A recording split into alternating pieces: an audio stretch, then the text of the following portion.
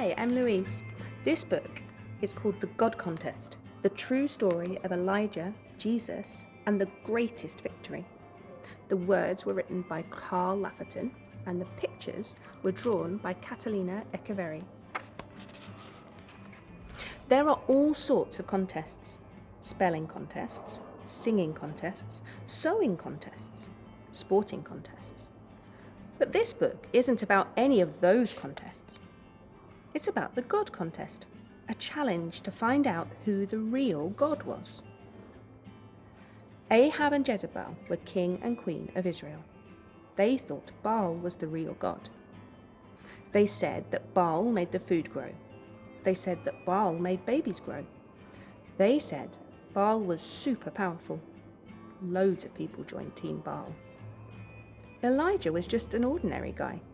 He told the people of Israel that Yahweh was the real God and that he was one of Yahweh's messengers. Do you know the name Yahweh? We say God or Lord, but in the Old Testament, they used to call him Yahweh. Elijah said Yahweh had made everything and ruled everywhere and loved everyone. He said Yahweh had rescued their great-great-great-great-great-great-grandparents from Egypt. He said Yahweh had given them their land and their laws. But not many people joined Team Yahweh. Most people didn't know which God to believe in. Maybe Baal was the real God. Maybe Yahweh was. Maybe both of them were. Maybe neither of them were. How could they decide? Elijah had a good idea. It was time for a contest, a God contest, on a mountain called Mount Carmel. All the people came to watch the God contest. Elijah said to them, "How long are you going to take to make up your mind? If Yahweh is God, then follow him. But if Baal is God, then follow him. It's time to decide." Look at the followers of Baal. They've got gold, haven't they? And poor old Elijah just with his one ox. Elijah explained the rules. "I'll chop up some wood, and some people from Team Baal can chop up some wood. And then we'll each put a dead cow on our wood, and they can ask Baal to prove himself, and I'll ask Yahweh to prove himself. The God who can set the cow on fire, he's the real God. He'll be the winner of the God contest." Look again. Yahweh's altar is the small one. And look at the one for Baal with all those gold statues. So Team Baal went first. 400 of them shouted to Baal. They kept shouting to Baal. They shouted to Baal for hours. Nothing happened. They danced around their wood. They kept dancing around their wood. They danced around their wood for hours. Nothing happened. Elijah teased them. "Maybe you need to shout louder. Maybe Baal is busy thinking. Maybe he's on the toilet. Maybe he's away from home. Maybe he's asleep." Team Baal shouted louder and louder and louder. From lunchtime until nighttime, they shouted. No answer, no fire. Nothing happened at all. And then it was Elijah's turn. He was the only one on Team Yahweh. He dug a trench around his wood. He poured water all over everything until the trench was full and everything was completely wet. There was no way it could be set on fire. What a strange thing to do. Then Elijah spoke to Yahweh. "Yahweh, please make it clear today that you are God. Please answer me, Yahweh, so that all these people will know that you are the only real God and that you want them to follow you and to love you." And fire. The fire burned the cow. The fire burned the wood. The fire burned the water. And the people knew who had won the God contest.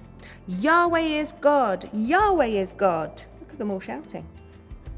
But King Ahab and Queen Jezebel didn't like that result, so they decided to carry on following the made-up god, Baal. And the people soon forgot the result too. They didn't remember that Yahweh is the real God, the only God, the God who made everything and rules everywhere and loves everyone, the God who sent the fire on the mountain. For hundreds of years, not many people joined Team Yahweh. It was time for another God contest. This time, Yahweh did something even more amazing. He didn't send a fire. He came as a human. Jesus. Jesus said he was Yahweh. Jesus showed he was Yahweh. But the people weren't sure. Maybe Jesus was the real God, but maybe he wasn't. Maybe there were lots of gods, or maybe there was no God at all. How could they decide? It was time for a final God contest on another mountain called Mount Zion. Jesus explained the rules. I will come back to life after I have died, and then you'll know I am Yahweh. And then I'll give life forever to everyone who is on my team. So Jesus let people kill him on a cross. Jesus was placed in a tomb on the side of the mountain. He was completely dead. There was no way he could ever be alive again. And for 3 days, nothing happened. It looked like Jesus had lost the God contest. And then, life. Jesus rose back to life. Jesus had a body that worked. Jesus could live forever. The God contest was over. Now lots of people knew that Jesus was the real God, the only God, the God who made everything and rules everywhere and loves everyone and could give them life forever.